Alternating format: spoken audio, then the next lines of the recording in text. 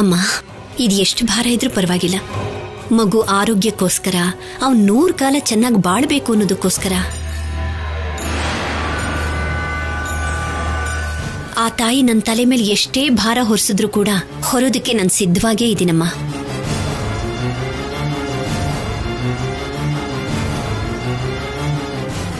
ಮಗು ಮೇಲೆ ನಿನಗಿರೋ ಪ್ರೀತಿಗೆ ಆ ತಾಯಿ ಕರುಣಿಸ್ತಾಳೆ ಬಿಡಮ್ಮ. ಕಂದಂಗೋಸ್ಕರ ನಾನ್ ಮಾಡ್ಬೇಕಾಗಿರೋ ಕೆಲ್ಸನ ಅಮ್ಮ ಮಾಡ್ತಿದ್ದಾರೆ. ನೀನ್ ಮಾಡಬಾರ್ದು ಅಂತಾನೆ ಅಲ್ವಾ ಅಮ್ಮ ಅನುಪಮ ಕಳಸ ಎತ್ಕೋತಿರೋದು? ಯಾರು ಮಾಡಿದ್ರೆ ಏನ್ ಕಲ್ಯಾಣಿ, ಒಳ್ಳೇದಾದ್ರೆ ಅಷ್ಟೇ ಸಾಕು. ಅಮ್ಮ, ಕಲಶ ಎತ್ಕೊಡಿಮ್ಮ.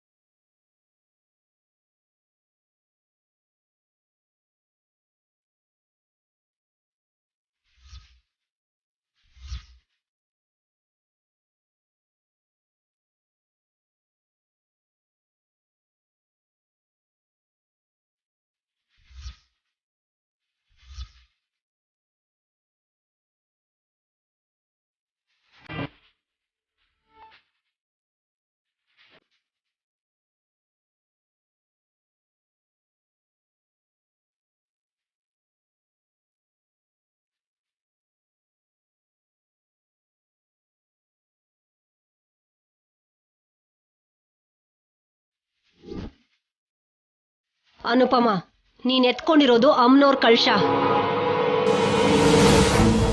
ಇಲ್ಲಿಂದ 1 ಕಿಲೋಮೀಟರ್ ದೂರ ಅದನ್ನ ತಲೆ ಮೇಲೆ ಇಟ್ಕೊಂಡೇ ನಡಿಬೇಕು. ಮಧ್ಯದಲ್ಲಿ ಇಳಿಸಬಾರ್ದು, ಹೊರಕ್ಕಾಗದೆ ನೆಲಕ್ಕೆ ಬೀಳಿಸಬಾರ್ದು.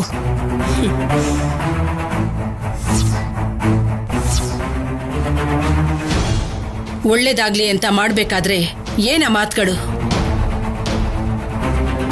ಅನುಪಮ ಸಂಕಲ್ಪ ಮಾಡ್ಕೊಂಡ್ಲು ಅಂದ್ರೆ ಯಾವುದೇ ಪರಿಸ್ಥಿತಿಲೂ ನೆಲಕ್ಕೆ ಬೀಳೋದಕ್ಕೆ ಬಿಡೋದಿಲ್ಲ. ನೋಡೋಣ ಆ ಭಾರನ ಅಷ್ಟು ದೂರ ಹೇಗೆ ಎತ್ಕೋತಾಳೆ ಅಂತ. ಇನ್ ಹೊರಡೋಣ, ನಡೀರಿ.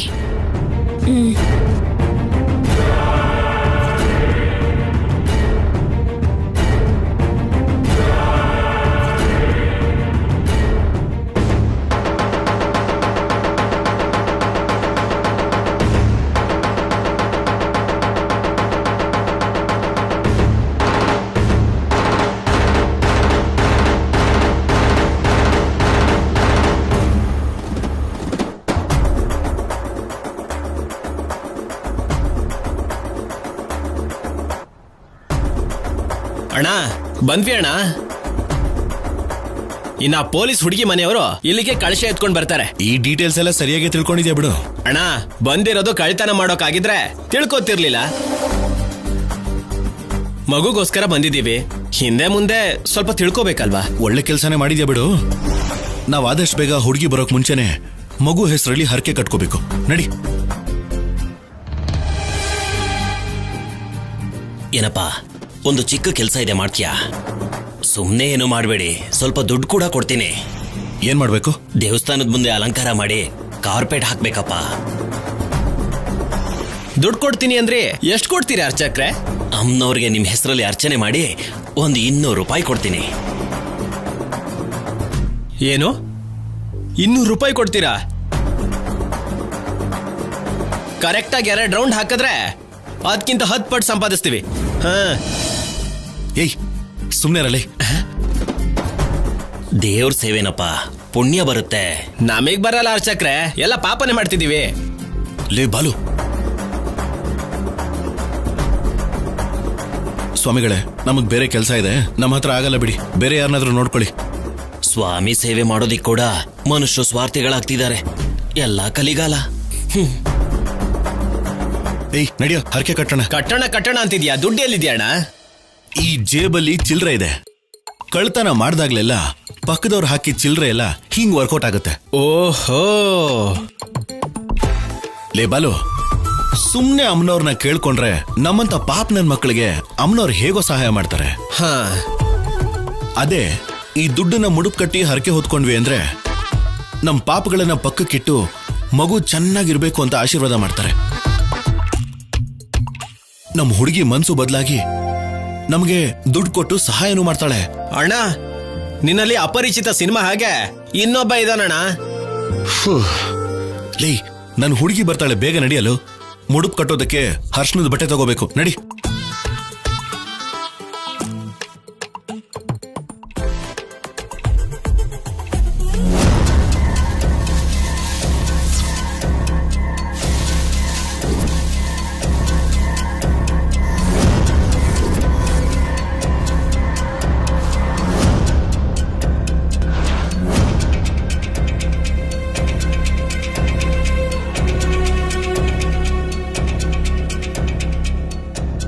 ಸ್ಯಾಮ್, ವಾತಾವರಣ ಟ್ರೆಡಿಷನಲ್ ಆಗಿದೆ.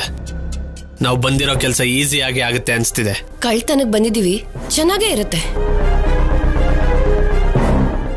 ಎಲ್ರೂ ಕಳ್ಶ ತಗೊಂಡ್ ಬಂದ್ರೆ ನಾವ್ ಮಾತ್ರ ಬರಿಗೈಲಿ ಹೋದ್ರೆ ಏನ್ ಚೆನ್ನಾಗಿರುತ್ತೆ ಸಿದ್ದು? ಕರೆಕ್ಟ್ ಅಲ್ವಾ? ಎಲ್ರ ಮಧ್ಯೆ ನಾವು ಸೇರ್ಕೊಂಡ್ರೆ ನಮಗೆ ಸೇಫ್ ಆಗಿರುತ್ತೆ.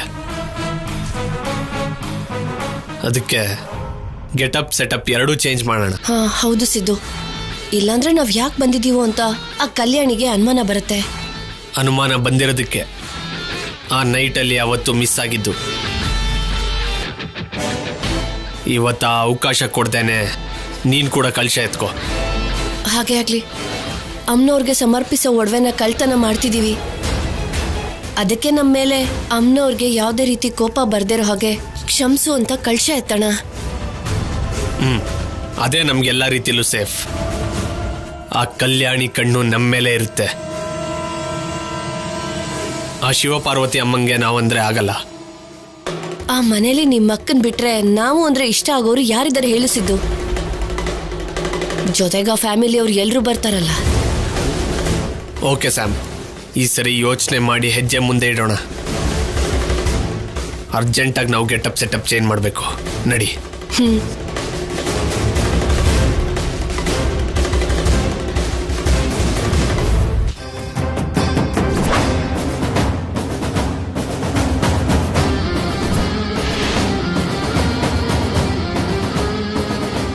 ಸರ್ಗೆ ಫೋನ್ ಮಾಡಿ ಹೇಳು. ಹಲೋ ಸರ್, ಈಗಷ್ಟೇ ಅವ್ರು ಬಂದರು ಸರ್. ದೇವಸ್ಥಾನಕ್ಕೆ ಹೋಗ್ತಾ ಇದ್ದಾರೆ ಸರ್.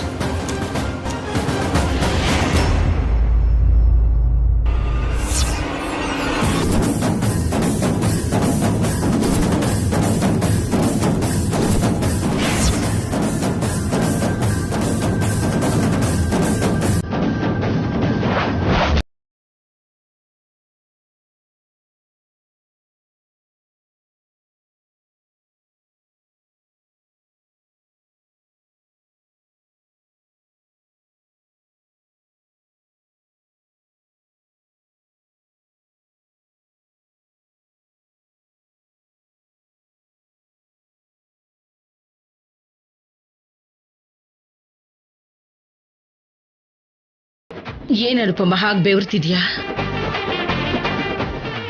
ಭಾರ ಅಲ್ವಾ, ನೋವಾಗಲ್ವಾ?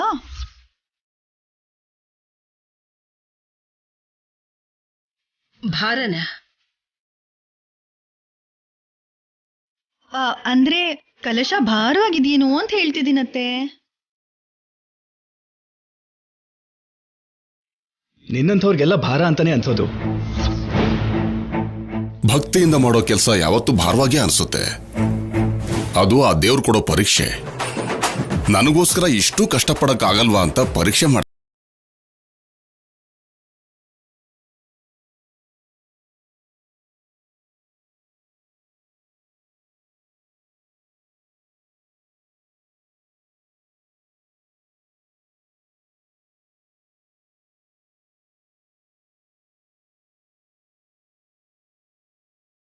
ನಡಿಯಮ್ಮ, ಹತ್ರ ಬಂದಿದ್ದೀವಿ ಅಲ್ವಾ? ಒಬ್ರು ಕಳಸ ಎತ್ಕೊಂಡ್ಮೇಲೆ ಇನ್ನೊಬ್ರು ಕಳಸನ ಎತ್ಕೊಳ್ಳೋ ಅವಕಾಶ ಇರೋದಿಲ್ಲ. ಪರವಾಗಿಲ್ಲಮ್ಮ, ನಾನೇ ಎತ್ಕೊಂಡು ಬರ್ತೀನಿ.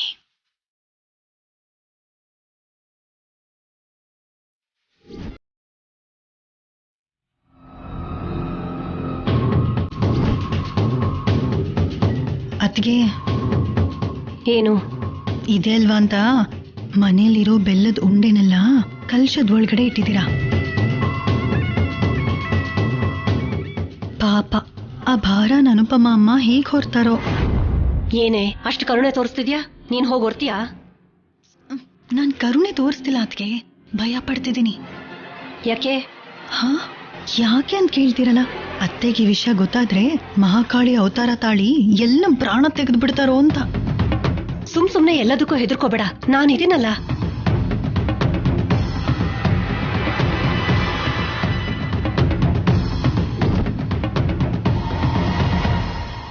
ನನ್ಗಿನ್ನೊಂದು ಅನುಮಾನ ಕೂಡ ಇದೆ, ಕೇಳಲ್ಲ ಅತ್ಗೆ?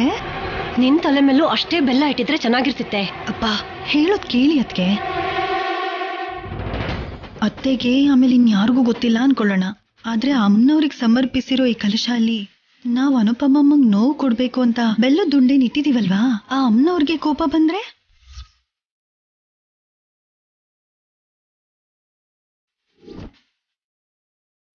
ಮೊದ್ಲೇ ಅಮ್ಮನವ್ರು ಅವಾಗವಾಗ ಅನುಪಮಮ್ಮನ ಮೇಲೆ ಬರ್ತಾನೆ ಇರ್ತಾರೆ.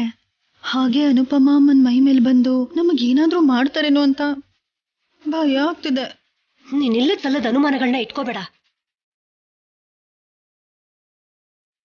ಅಮ್ಮ,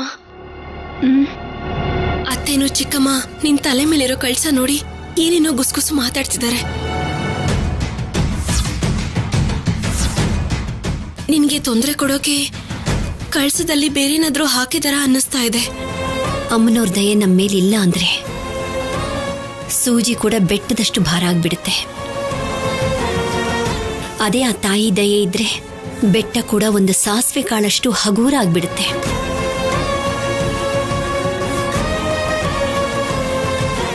ನೀನೇನು ಯೋಚನೆ ಮಾಡ್ಬೇಡಮ್ಮ. ನೀನು ಮಗು ಕ್ಷೇಮವಾಗಿರ್ಬೇಕು ಅಂತಾನೆ ನಾನೀ ಕಲಶ ಹೊತ್ಕೊಂಡಿದ್ದು. ಎಲ್ಲ ಆ ತಾಯಿನೇ ನೋಡ್ಕೋತಾಳೆ, ಅವಳೇ ನನ್ನನ್ನು ಮುಂದಕ್ಕೆ ನಡೆಸ್ತಾಳೆ.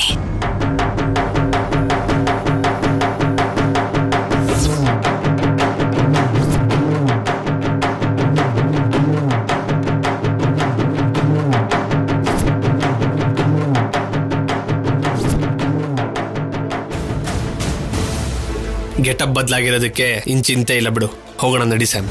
ಸಿದ್ದು, ನಾವು ಮತ್ತೆ ರಿಸ್ಕ್ ತಗೋತಿದೀವೇನೋ ಅನಿಸ್ತಿದೆ. ಈ ದೇವಸ್ಥಾನ ಚೇರ್ಮನ್ ಸಮರ್ಪಿಸೋ ಒಡವೆಗಳದು ಹೆಚ್ಚು ಕಡಿಮೆ ಆಯ್ತು ಅಂದ್ರೆ ನಮ್ಮನ್ನ ಬದುಕೋದಕ್ ಬಿಡಲ್ಲ. ರಿಸ್ಕ್ ತಗೊಳ್ದೇನೆ ಯಾವುದು ಬರಲ್ಲ ಸ್ಯಾಮ್. ಲಕ್ಷಗಟ್ಲೆ ಬೆಲೆ ಬಾಳೋ ಒಡವೆಗಳು ಎಲ್ಲ ಸಮಯದಲ್ಲೂ ಹೊರಗಡೆ ಬರಲ್ಲ, ಇಂಥ ಸಮಯದಲ್ಲೇ ಹೊರಗಡೆ ತೆಗಿತಾರೆ. ಇವಾಗ ಮಿಸ್ ಆಯ್ತು ಅಂದ್ರೆ ಮತ್ತೆ 1 ವರ್ಷ ಕಾಯ್ಬೇಕು. ಅಷ್ಟು ಟೈಮ್ ನಮ್ಗಿದ್ಯಾ?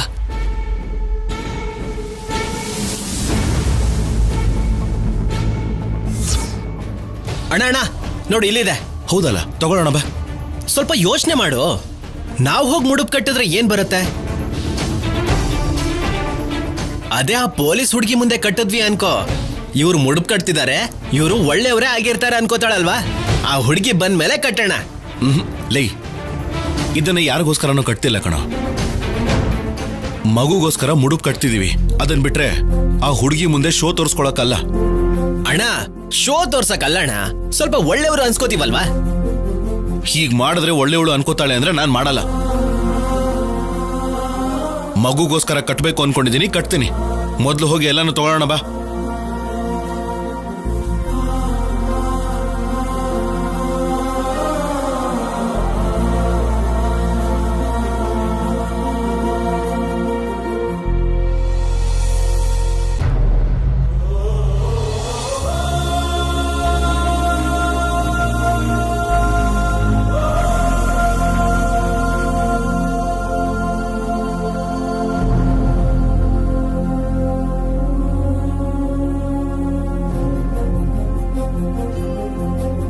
ಸ್ಯಾಮ್, ಏನ್ ನೀನು ರೆಡಿ ಆದ್ಮೇಲೆ ಯೋಚನೆ ಮಾಡ್ತಿದ್ಯಲ್ಲ, ಹೋಗೋಣ ಬಾ.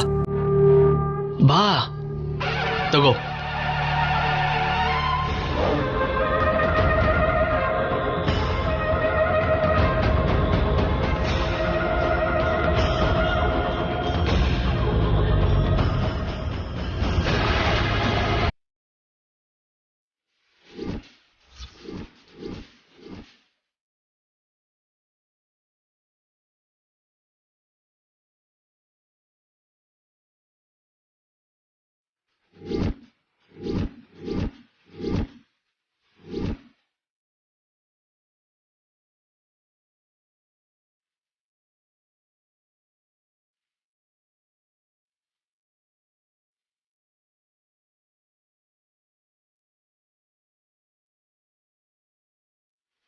ನನ್ ಜೊತೆನೆ ಮೇಲ್ ಕರ್ಕೊಂಡು ಹೋಗ್ತೀನಿ. ಆ ದೆವ್ವ ರಕ್ತ ಪಿಶಾಚಿಯಾಗಿ ಬದಲಾಗಿ ನಿಮ್ಮ ರಕ್ತ ಕುಡಿಯತ್ತೆ.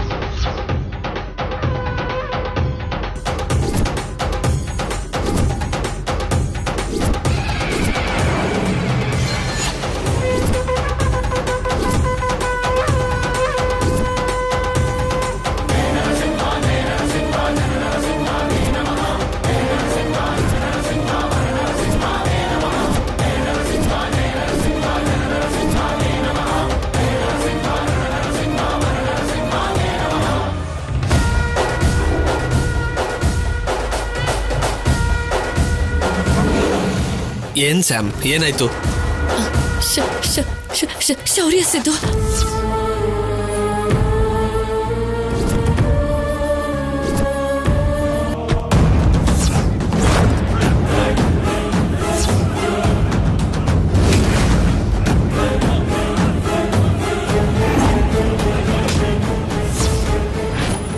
ಶೌರ್ಯ ಅಂದ್ರೇನ್ ಸ್ಯಾಮ್?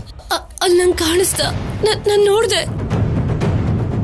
ಸ್ಯಾಮ್, ಇದು ದೇವಸ್ಥಾನ, ಇಲ್ಲಿ ದೆವ್ವ ಭೂತ ಯಾವುದು ಬರಲ್ಲ.